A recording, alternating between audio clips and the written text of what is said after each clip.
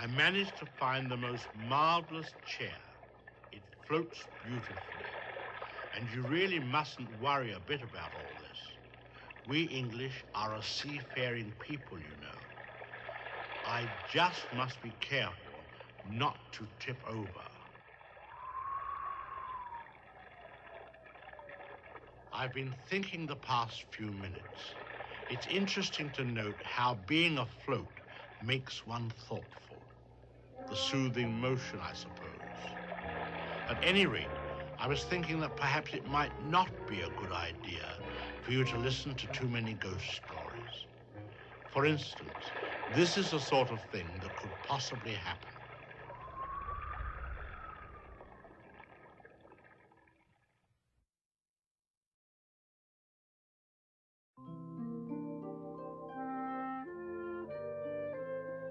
Mr. Nuttall was a very nervous man. He had been undergoing treatment for several years now, and as he had an independent income and no need to work, he spent a great deal of his time in visits to friends and relatives. Before his nervous condition had come about, he had been an almost total recluse, spending a great deal of time raising mushrooms in his damp cellar and reading a large number of books. As a consequence, his visits to see relations consisted of meeting a large group of comparative strangers. It was in the early fall of the year when he knocked on the door of the Sappleton residence. He was ushered in by a very dignified 10-year-old girl who asked him to have a seat and told him that her aunt would be down shortly. She sat for a moment, glancing at a large, strangely bound book, then looked up at Mr. Nuttall. Do you know many of the people around here?" she asked. "Hardly a soul," said Mr. Nuttall.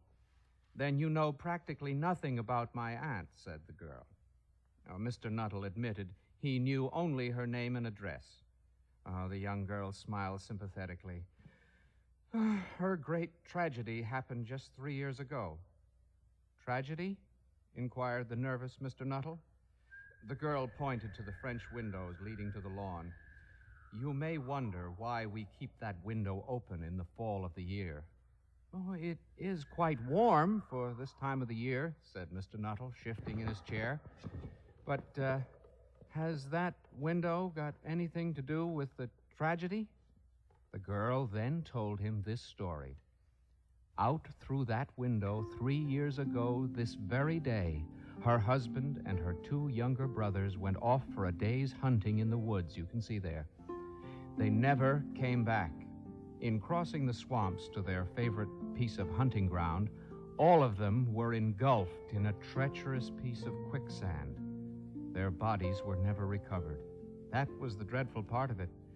My poor aunt thinks they will all come back someday, they and the little brown dog that was lost with them, and walk in that window just as they used to do. That is why the window is kept open every evening till night falls. Poor dear aunt, she has often told me how they went out, her husband with his white raincoat over his arm, and Ronnie, her youngest brother, singing, as he always did, to tease her because she said it got on her nerves. Do you know that sometimes on still, quiet evenings like this, I almost get the creepy feeling that they will all walk in through that window." Mr. Nuttall shuddered and was relieved when the aunt bustled into the room with a whirl of apologies for being late and making her appearance.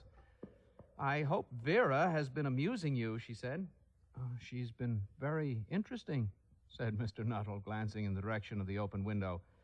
The long shadows of the late afternoon made the distant trees even gloomier, he thought. "I do hope you don't mind the open window," said the aunt in a brisk voice. "My husband and brothers will be home shortly from hunting, and they always come in this way. They've been out in the marshland today, so they'll make a fine mess on my poor carpets." "So like you men folks, isn't it?" She prattled on cheerfully about the hunting and the scarcity of birds and the prospects for duck in the winter. To Mr. Nuttall, it was all purely horrible. He made a desperate but not too successful attempt to turn the talk to a less ghastly topic, but he was conscious that his hostess was not giving him a great deal of her attention. Her eyes were constantly straying past him to the open window. He thought it was an unfortunate coincidence that he should have paid his visit on this tragic anniversary. He cleared his throat nervously and tried once more to capture the attention of his hostess. The doctors agree in ordering me complete rest, an absence of mental excitement, and the avoidance of anything in the way of physical exercise. On the matter of diet, they are not so much in agreement. No, said the aunt. Then she suddenly brightened into alert attention. Here they are at last, and just in time for tea. Don't they look as if they're muddy up to the eyes? Mr. Nuttall shivered slightly and turned toward the little girl to give her a smile of sympathy. The child was staring out through the open window with dazed horror in her eyes. In the chill shock of nameless fear, Mr. Nuttall swung around and looked in the same direction. In the deepening twilight, 3 figures were walking across the lawn toward the window. They all carried guns under their arms, and one of them carried a muddy white raincoat. A tired brown spaniel was close at their heels. Noiselessly, they neared the house. And then Mr. Nuttall heard... Do you ken John Peel in his coat of grey? Do you ken John Peel at the break of day with the fox and the hounds in the morning? Good heavens! Just as the little girl had said, one of the men was singing. Mr. Nuttall grabbed wildly for his hat and coat and dove for the front door. Flinging it open, he ran down the path, tried to jump the hedges, tripped, and fell down. He picked himself up and, with one terrified look back at the house, ran down the road toward the railroad station. Back in the house, the figure carrying the muddy white raincoat stepped in the open window and said, "Well, we're home, dear. A bit muddy, but on time for supper."